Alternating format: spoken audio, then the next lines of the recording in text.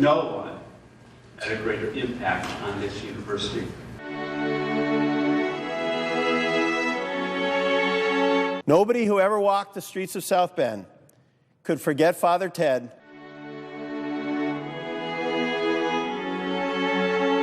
I rejoice for him that he's with God. Tonight, tears fill the eyes of many across Michiana as thousands remember Notre Dame legend Father Theodore Hesburgh, a former university president that paved the way for equal rights. Father Hesburgh was a moral force in virtually all major social issues of his day. Helping change history. He was one of the nation's most influential figures in higher education, the Catholic Church, and national and international affairs. In the most humble way. Whatever else we may say about Father Ted, he was a priest. From students and faculty. That's just another reason why I'm proud to go to this school. To our nation's most prominent leaders. Our country and the world is a better place because of Father Ted.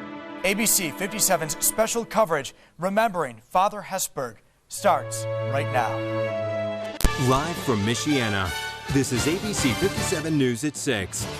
Notre Dame lost a piece of its heart last night. But Father Ted lives on at Notre Dame and among the millions of lives he touched around the world.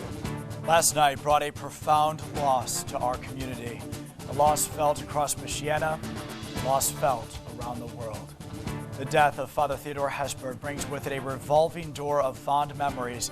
We start with ABC 57's Alexandra Cohen, who stood with current Notre Dame President Father John Jenkins as he reflected on the man who paved the way for so many. Alexandra, good evening. Good evening, Brian. Today, Father Jenkins said that Notre Dame lost a piece of its heart last night. At 97 years old, Father Ted was still a vital and active part of this community, and he had a special connection with students here. Next to the university's founder, Father Edward Soren, no one had a greater impact on this university. Today, campus had a somber feel as students stopped by the grotto to offer up a prayer and remember the longest-serving president at Notre Dame. In the press conference on Friday, Father Jenkins said Father Ted outlived most of his contemporaries, but they still expect a large and notable crowd for the funeral on Tuesday. Father Ted was the only person I know who come to breakfast in the morning and say, the president called me last night. Father Jenkins was emotional today as he shared his last jovial memories of Father Theodore Hesburgh. He celebrated Mass daily. He had a cigar daily. So he was very engaged. The past week, he seemed to slow down a bit. He wasn't going to the office. We knew when he wasn't going to the office. That was a sign.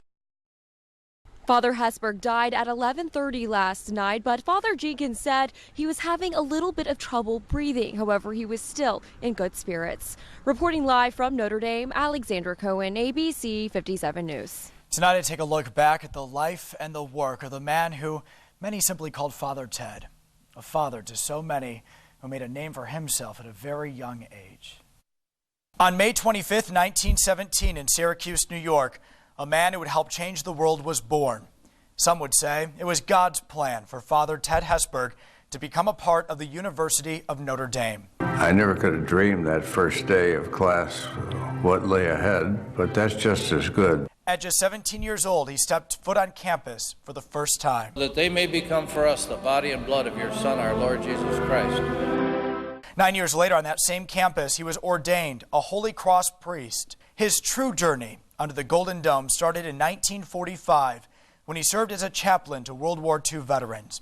In 1949, Hesburgh was appointed executive vice president of the university. That was a big jump. I'd never been in administration before, and suddenly I'm number 2 guy in the university. With that came responsibilities to oversee the athletic department. Hesburgh was responsible for deciding if the football team needed to fly instead of taking a train to cut down on players' time away from campus. Our first trip, I got to fly the airplane on the way back, which was a dumb thing to do, but I'm a kind of an aviation nut, and I've always enjoyed flying, so I took the wheel for a few minutes. Then I thought, this is crazy. If we ever had a problem, think of the headline. Notre Dame team wiped out with Hesburgh at the helm. He must have done just fine. In 1952, at 35 years old, Hesburgh was named the 15th president of the university. 2 years later, he received his first of 16 presidential appointments under 9 different presidents. One of Hesburgh's biggest fights and victories as Notre Dame president was for civil rights. Hesburgh served on the Civil Rights Commission for 15 years. One image is unforgettable: Father Hesburgh and Dr. Martin Luther King Jr. hand in hand at Soldier Field. Hesburgh called for greater diversity. 4 years later, the number of minority employees increased from 45 to 345. He also helped 365 women enroll for the very first time in the fall of 1972. Of all the things that I might have done that were worthwhile, the putting of Notre Dame under lay control and the opening of Notre Dame to women are the two most important, I think, and the two most fruitful things that I ever did during those years. After 35 years as the head of the university, President Father Theodore Hesburgh stepped down. He steered not just the university, but the world through some very tough years. He arrived on campus a teenager, but he can always be found overlooking the campus of Notre Dame. Father Theodore Hesburgh, gone at the age of 97. And today, students and faculty at Notre Dame, they have spent the entire day mourning the loss of Father Ted. ABC 57's Kaylee Bourgeois live for us on campus tonight, where she spent the day exploring his impact there firsthand. Brian, it was definitely a bit of a somber mood on campus today, but my first impression was, wow, what a sense of community there is here. And as I spoke with folks here today, I learned that it's the community that Father Hesburgh built. That he was able to bring women into the university, so we're all very grateful for him. Chances are, if you study or work in one of these buildings, you have a Father Hesburgh story. Remember, actually, the day I graduated, walking across campus and ran into him, and he was asking, how is it? And I was like, oh, I'm ready to go. Students and staff describe him as always smiling, as they did while discussing the memory of him. Just another reason why I'm proud to go to this school. Everyone is paying their respects the Catholic way, with prayer. Because of the vision that he had, that this was more than just another Catholic college, but it was the Catholic Research University, and he built that. A priest first, Hesburgh often worshipped in private, but yesterday afternoon he is believed to have attended his last Mass at the Basilica. Now the community he leaves behind is praying for him.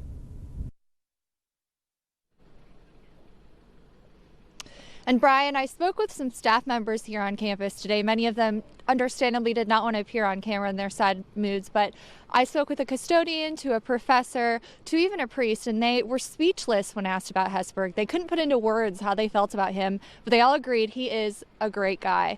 Reporting live in Notre Dame, Kaylee Bourgeois, ABC 57 News. You can stay up to date with us online.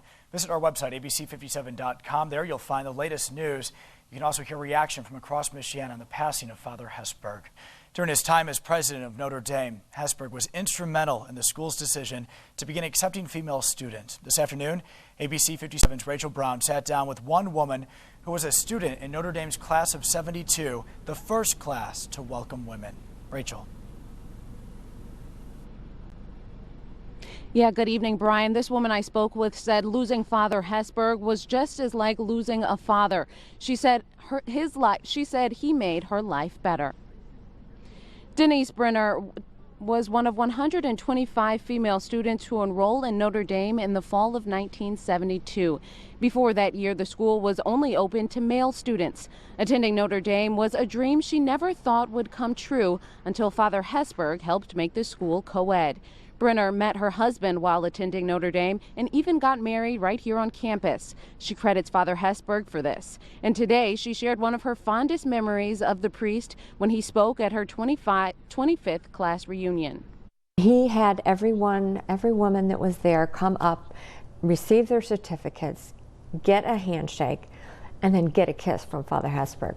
He says, if I'm going to kiss one woman, I'm going to kiss you all. So for sure, all of us got kisses from Father Hesburgh.